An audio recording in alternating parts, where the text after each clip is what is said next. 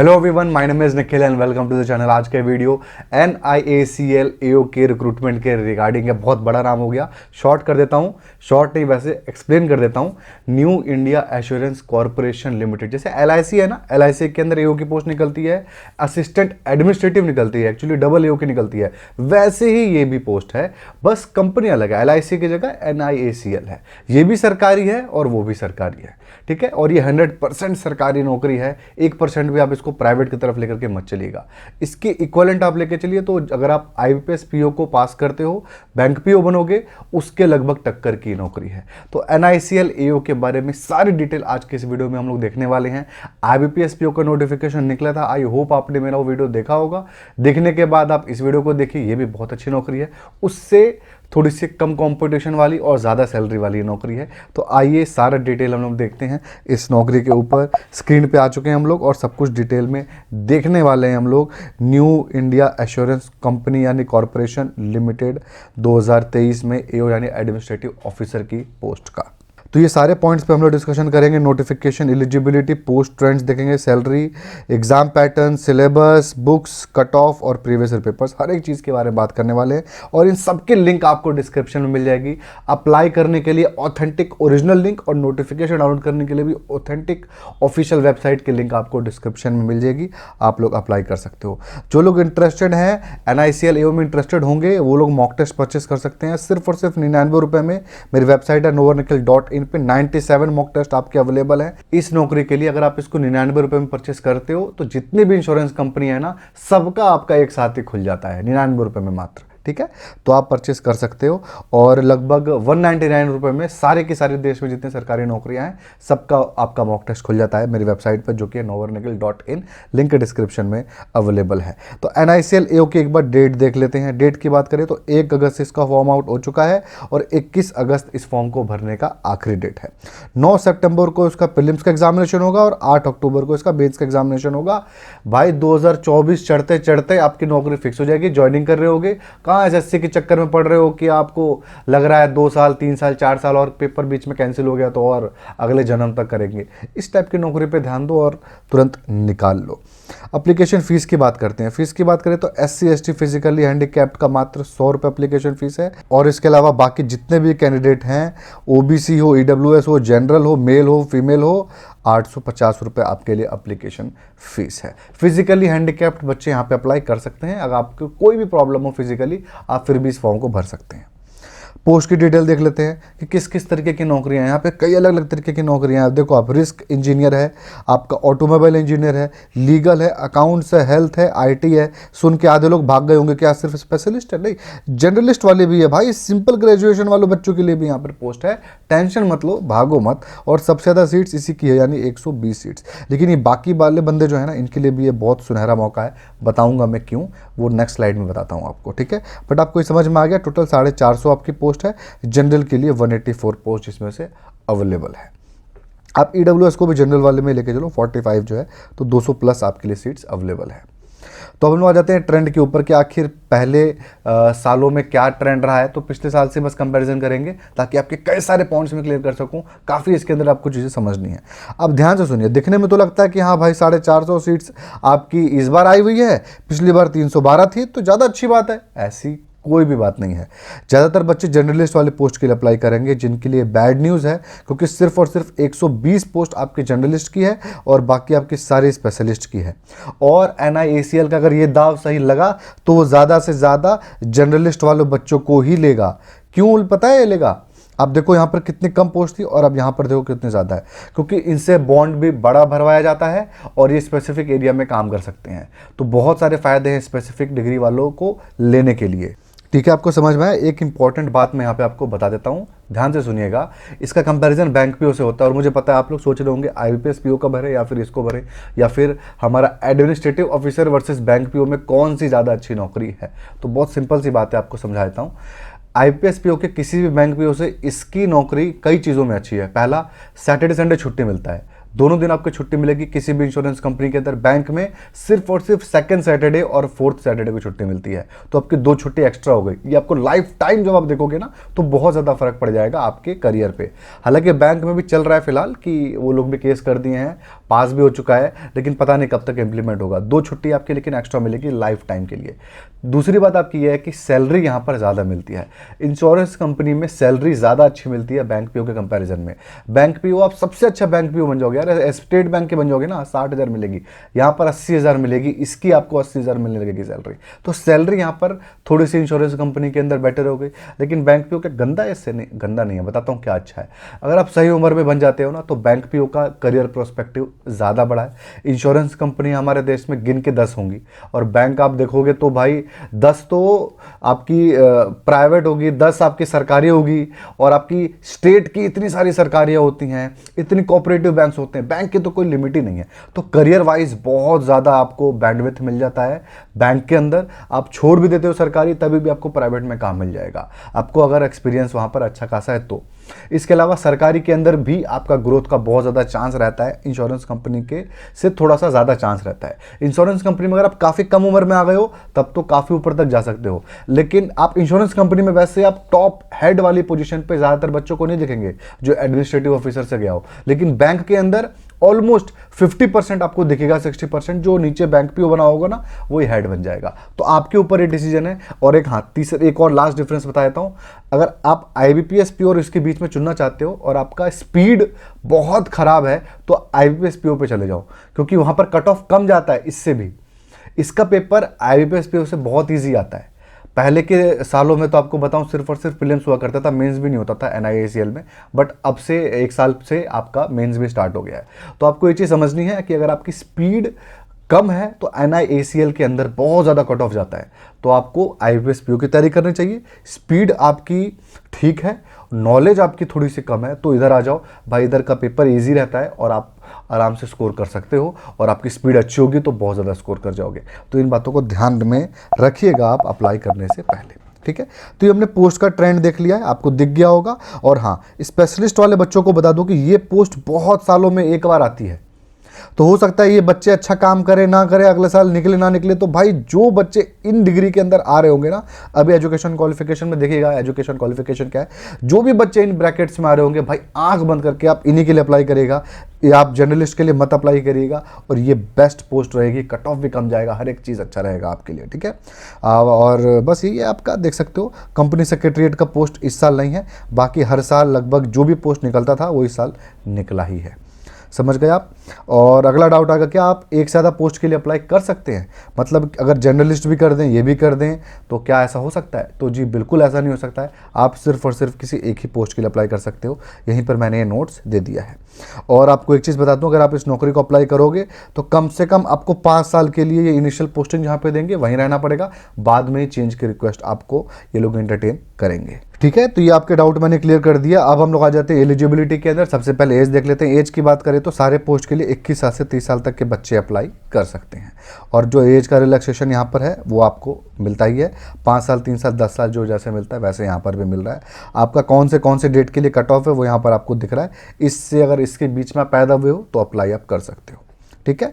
Education qualification के ऊपर आ जाते हैं जो कि काफ़ी इंपॉर्टेंट है, मैं हटा देता हूं अपने आप को ताकि आपको चीज़ें अच्छे से दिख पाए। तो देखिए सबसे पहले जर्नलिस्ट का देख लीजिए। जर्नलिस्ट के लिए कोई ग्रेजुएट अप्लाई कर सकता है अगर आपके ग्रेजुएशन या फिर पोस्ट ग्रेजुएशन, अभी इसको क्लियर कर देता हूं, में 60% मार्क्स आया हो तो, और अगर आप SC ST फिजिकली हैंडीकैप्ड हो तो 55% में भी काम चल जाएगा। ध्यान से सुनिएगा मैं क्या कह रहा हूँ। अगर आपने ग्रेजुएशन किया है और ग्रेजुएशन में 60% मार्क्स आपके थे तो आप इस फॉर्म को अप्लाई कर सकते हो, लेकिन भगवान ना किया और आपके परसेंटेज नहीं बने 60, लेकिन आपने पोस्ट ग्रेजुएशन कर लिया और पोस्ट ग्रेजुएशन में आपके 60% से ज़्यादा मार्क्स हो गए तो भी आप अप्लाई कर सकते हो। तो या तो आपने यूजी किया हो या तो पीजी किया हो, पीजी करना जरूरी नहीं है, लेकिन अगर आपके दोनों में से किसी में भी 60 से ज़्यादा परसेंटेज आए थे तो आप इस यहाँ पे पोस्ट को अप्लाई कर सकते हो। तो जर्नलिस्ट पोस्ट की ये काफ़ी अच्छी बात लगी मेरे को। मैं हट जाता हूँ वापस से स्क्रीन से। तो ये जर्नलिस्ट पोस्ट को आपको समझ में आ गया। इसके अलावा फाइनल ईयर के बच्चे अप्लाई नहीं कर सकते हैं। डिग्री की एक यहाँ पे कट ऑफ है, तो जब आप फॉर्म भर रहे होगे उस वक्त तक आपकी डिग्री आपके हाथ में होनी चाहिए। चाहिए। इसके अलावा आपने करस्पॉन्डेंस से ग्रेजुएशन किया है या फिर पीजी किया है, कोई फर्क नहीं पड़ता, आप अप्लाई कर सकते हो, कोई दूसरा इसके अंदर रिक्वायरमेंट नहीं है।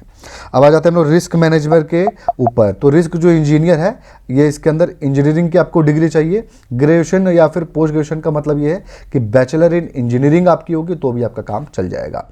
इन एनी डिसिप्लिन, बीटेक आपका किसी भी फील्ड में हो, कोई फर्क नहीं पड़ता, बस 60% से ज़्यादा मार्क्स आए हों और 55% for SC ST physically handicapped, ठीक है। इसके अलावा ऑटोमोबाइल इंजीनियर वाली पोस्ट के अंदर BE या फिर बीटेक या फिर ME या फिर MTech आपका हो ऑटोमोबाइल इंजीनियरिंग के अंदर, और उसके अंदर भी 60% से ज़्यादा मार्क्स हो, 55 SC ST फिजिकली हैंडीकैप्ड के लिए, तो आप अप्लाई कर सकते, ठीक है। तो आपको समझ में आया। अच्छा, ऊपर वाले में अगर आपको डाउट होगा ना, इंजीनियरिंग ग्रेजुएशन पोस्ट ग्रेजुएशन लिखा हुआ है, अगर इंजीनियरिंग के अंदर ग्रेजुएशन आपने किया हुआ है, आपकी सिंपल ग्रेजुएशन भी होती है इंजीनियरिंग के अंदर, तो अगर आपने वो भी किया है तो भी अप्लाई आप कर सकते हो, ठीक है। कोई फील्ड की यहाँ पे एक्स्ट्रा रिक्वायरमेंट नहीं है, और यहाँ पर आपकी रिक्वायरमेंट थी ऑटोमोबाइल इंजीनियरिंग की। लेकिन अगर आपके पास ये नहीं था तो भी कोई फर्क नहीं पड़ता। अगर आपने ग्रेजुएशन या फिर पोस्ट ग्रेजुएशन कर दिया है किसके अंदर, मैकेनिकल इंजीनियरिंग के अंदर 60% मार्क्स के साथ, और उसके साथ आपने डिप्लोमा ले लिया 1 साल का ऑटोमोबाइल इंजीनियरिंग के अंदर, तो भी आप अप्लाई कर सकते हो। तो जरूरी नहीं आपका ऑटोमोबाइल इंजीनियरिंग में बीटेक हो, अगर आपका बीटेक मैकेनिकल में था और उसके बाद आपने ऑटोमोबाइल के अंदर 1 साल का डिप्लोमा ले लिया है और आपने इससे ऊपर का कुछ ले लिया, डिप्लोमा 2 साल 3 साल का ले लिया, तो और अच्छी बात हो गई। मिनिमम 1 साल लिखा हुआ है, ठीक है। लीगल के लिए देखा जाए तो कोई भी ग्रेजुएट या फिर पोस्ट ग्रेजुएट, मतलब लॉ की आपके पास डिग्री हो LLB 60% मार्क्स के साथ, तो अप्लाई आप कर सकते हो। लॉ में 60% नहीं थे, लेकिन LLM में आपके 60% थे, तो आप अप्लाई कर सकते हो। यहाँ पे अकाउंटेंट वाली पोस्ट के लिए अगर आप चार्टेड अकाउंटेंट हो, फुल आपका फाइनल दोनों ग्रुप निकला होना चाहिए, तो आप अप्लाई कर सकते हो। वो भी मिनिमम 60% मार्क्स यहाँ पर चाहिए, जो कि बहुत बेवकूफ़ी सी है, इनको पता ही नहीं है क्या होता है CA, तो इसलिए यहाँ पे इन्होंने परसेंटेज लिख दिया है, ठीक है। हेल्थ पे आ जाते हैं। हेल्थ में अगर आपने MBBS किया हुआ है या फिर MD MS, खैर ये सब MD MS का तो बातें हटा दीजिए, MD MS किया तो MBBS तो किया ही होगा, या फिर अपने पोस्ट ग्रेजुएशन किया हुआ है मेडिकल डिग्री में, या फिर अपने BDS यानी डेंटल आप हो, और उसके बाद या फिर BAMS या फिर BHMS यानी आप आयुर्वेदिक डॉक्टर हो। आप आयुर्वेदिक डॉक्टर हो, आप डेंटल डॉक्टर हो या फिर MBBS डॉक्टर हो, आप अप्लाई कर सकते हो। बस आपकी डिग्री में 60% मार्क्स आपके होना चाहिए। उसके बाद अगर आप IT की बात करें तो BE, BTech, ME, MTech आपने किया है IT या फिर कंप्यूटर साइंस में, तो अप्लाई आप कर सकते हो। नहीं किया हुआ है लेकिन आपने MC किया हुआ है, तो अप्लाई आप कर सकते हो। और ध्यान रहे 60% मार्क्स कंपलसरी है BTech, BE, MCA सबके लिए, ठीक है। तो ये आपका हो गया सारा का सारा एजुकेशन क्वालिफिकेशन खत्म। आई होप आप में से ज़्यादातर बच्चे इसके अंदर फॉल किए होंगे, और जर्नलिस्ट के अंदर मैं कहूँगा कम से कम अगर आपका इसके अंदर किसी में भी आता है ना, तो आप इनको अप्लाई करिएगा, जर्नलिस्ट को नहीं। 20-30 पोस्ट देख के मत डरिए, उसका कट ऑफ जर्नलिस्ट से कम जाएगा, जर्नलिस्ट के अंदर भर देंगे बहुत सारे बच्चे, ठीक है। सैलरी और प्रमोशन के बारे में बात करें तो मैंने बताया था बैंक PO से ऊपर की सैलरी मिलती है, इसके अंदर 80,000 पर मंथ आपको मिलती है। लेकिन ऐसा नहीं है, समय के साथ बैंक PO की सैलरी भी कॉप अप हो जाएगी, लेकिन पहले 2 से 3 साल के आसपास आपका जो AO होता है वो सुपीरियर पोजीशन में रहता है बैंक PO के कंपैरिजन में, और आपका जो AO होता है ना, उसको पोजीशन भी जल्दी मिल जाती है। मतलब आपको दिखाता हूँ, प्रमोशन में आपको बताता हूँ। जैसे आपने AO में अप्लाई किया, AO बन गए, उसके बाद आपकी पोस्ट मिलेगी असिस्टेंट मैनेजर। असिस्टेंट मैनेजर अगर ब्रांच में हो जाएगा, थोड़ा सीनियर हो जाता है ना, ब्रांच में भेज देते हैं तो ब्रांच मैनेजर बन जाता है। जबकि बैंक में ऐसा नहीं है, बैंक में आपको असिस्टेंट मैनेजर के बाद बनना पड़ेगा डेप्यूटी मैनेजर, उसके बाद आपको ब्रांच मैनेजर बनाते हैं, ठीक है। तो ऐसा होता है कि काम भी ज़्यादा होता है बैंक के अंदर, काम भी ज़्यादा होता है, हेक्टिक होता है।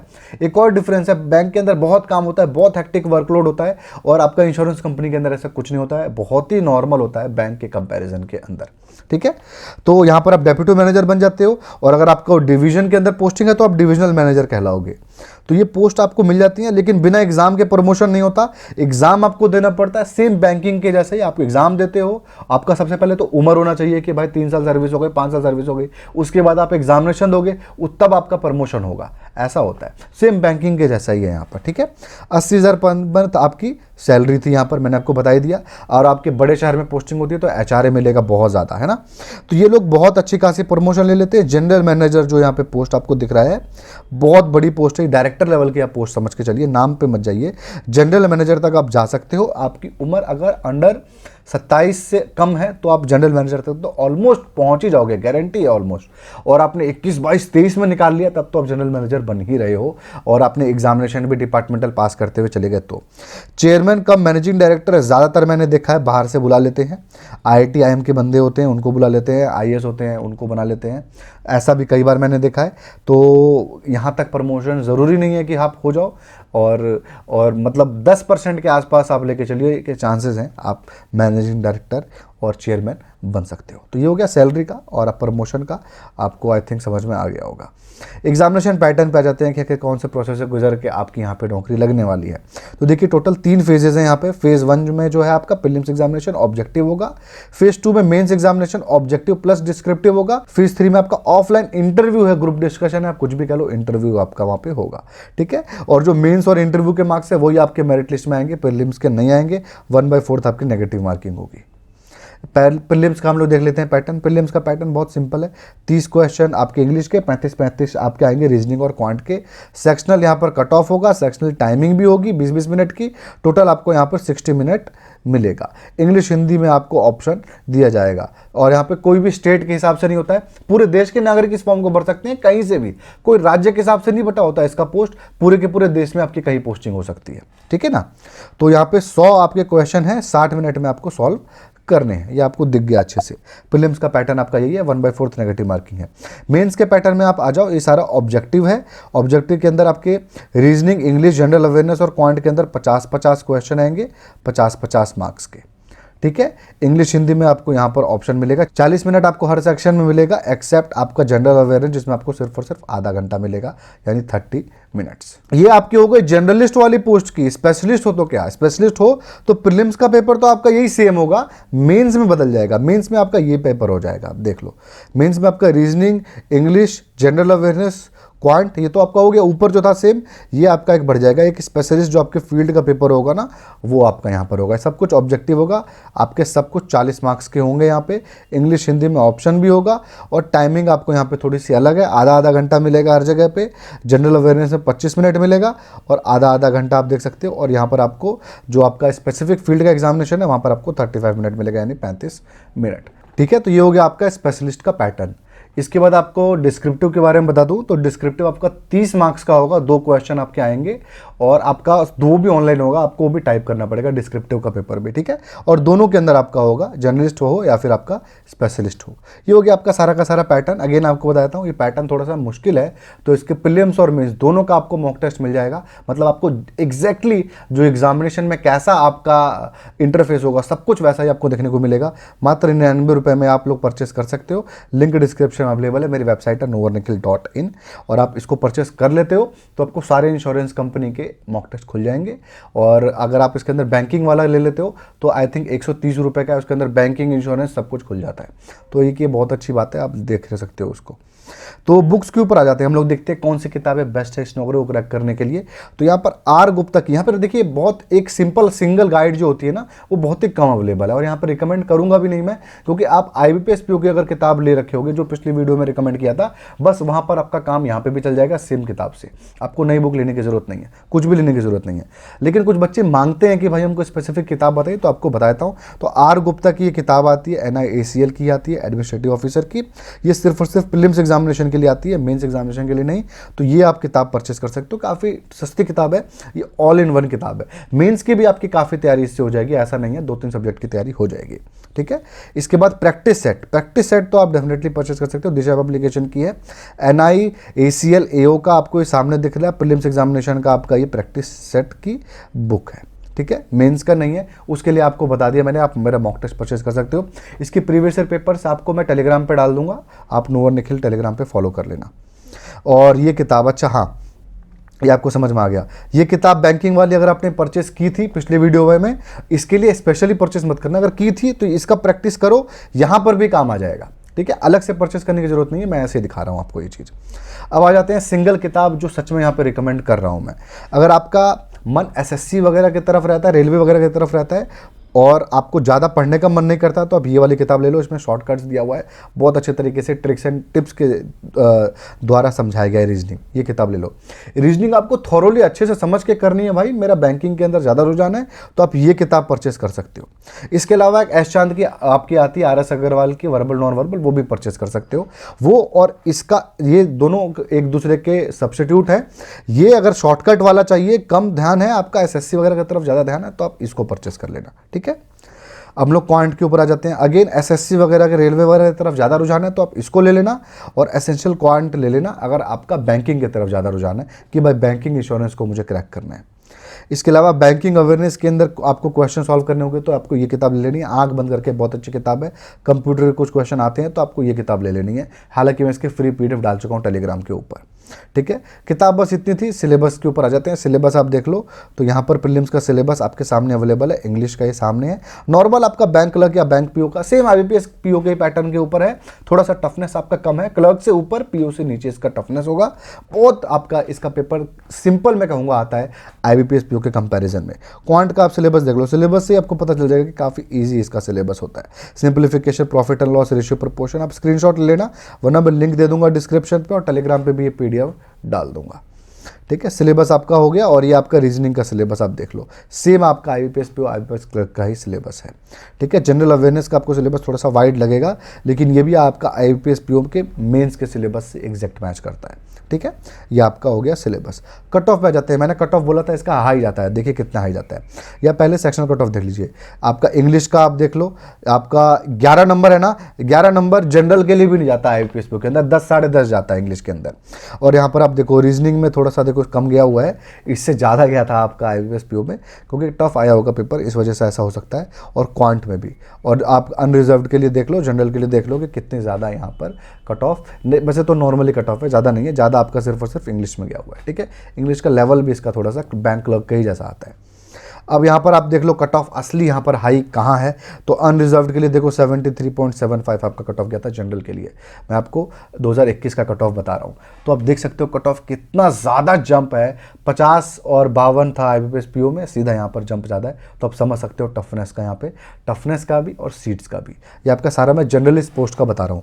ये कट ऑफ आप लेके चलो 50 आएगा अगर आप जर्नलिस्ट पोस्ट पर अप्लाई करोगे तो, समझ रहे हो। तो डेफिनेटली आपको जर्नलिस्ट पोस्ट को छोड़ के अप्लाई करना है अगर आपके पास डिग्री है तो, ठीक है। तो ये आप समझ के चलो, यहाँ पर जो कट ऑफ आ रहा है ना आपका, किसी का भी कट ऑफ क्या ST से भी कम कट ऑफ है आपका IBPS PO का। पेपर भी टफ है, लेकिन आपको कट ऑफ देखा जाए तो स्पीड जिसकी होगी वही यहाँ पर इस फॉर्म पे ध्यान दे, स्पीड नहीं होगी तो ये फॉर्म आपके लिए नहीं है। तो ये हो गया आपका कट ऑफ, सारा कट ऑफ वगैरह हमने देख लिया। कुछ डाउट आपके हैं क्या एक से ज़्यादा पोस्ट के लिए अप्लाई कर सकते हैं? बिल्कुल नहीं। क्या डिफरेंट स्टेट से अप्लाई कर सकते हैं? बिल्कुल। आप किसी भी राज्य के रहने वाले हो, आप इस फॉर्म को भर दो, आपका एग्जामिनेशन सेंटर आपके राज्य में होगा, पोस्टिंग देश में कहीं पर भी दे सकते हैं लोग। फाइनल ईयर के बच्चे अप्लाई कर सकते हैं? नहीं। लैंग्वेज प्रॉब्लम में फॉर्म नहीं भाई, सिर्फ और सिर्फ हिंदी इंग्लिश में ही आप इस फॉर्म को भर सकते हो, और कोई दूसरा भाषा में नहीं। तो भाई आपने यहाँ तक देख लिया है तो आपने प्लीज़ इस चैनल को सब्सक्राइब करो, अपने फ्रेंड से भी सब्सक्राइब कराओ, मम्मी पापा के फ़ोन से भी सब्सक्राइब करवा दो चैनल को, इससे मोटिवेशन मिलता है थोड़ा। तो बस ये था आज की वीडियो में। आई होप आपको इस वीडियो से फ़ायदा मिला होगा। फ़ायदा मिला तो वीडियो को लाइक ज़रूर करें, कमेंट करें अपने डाउट को, और अगर आपको ऐसे और वीडियो देखने होंगे तो अपने चैनल को भी जरूर सब्सक्राइब करें। Thank you.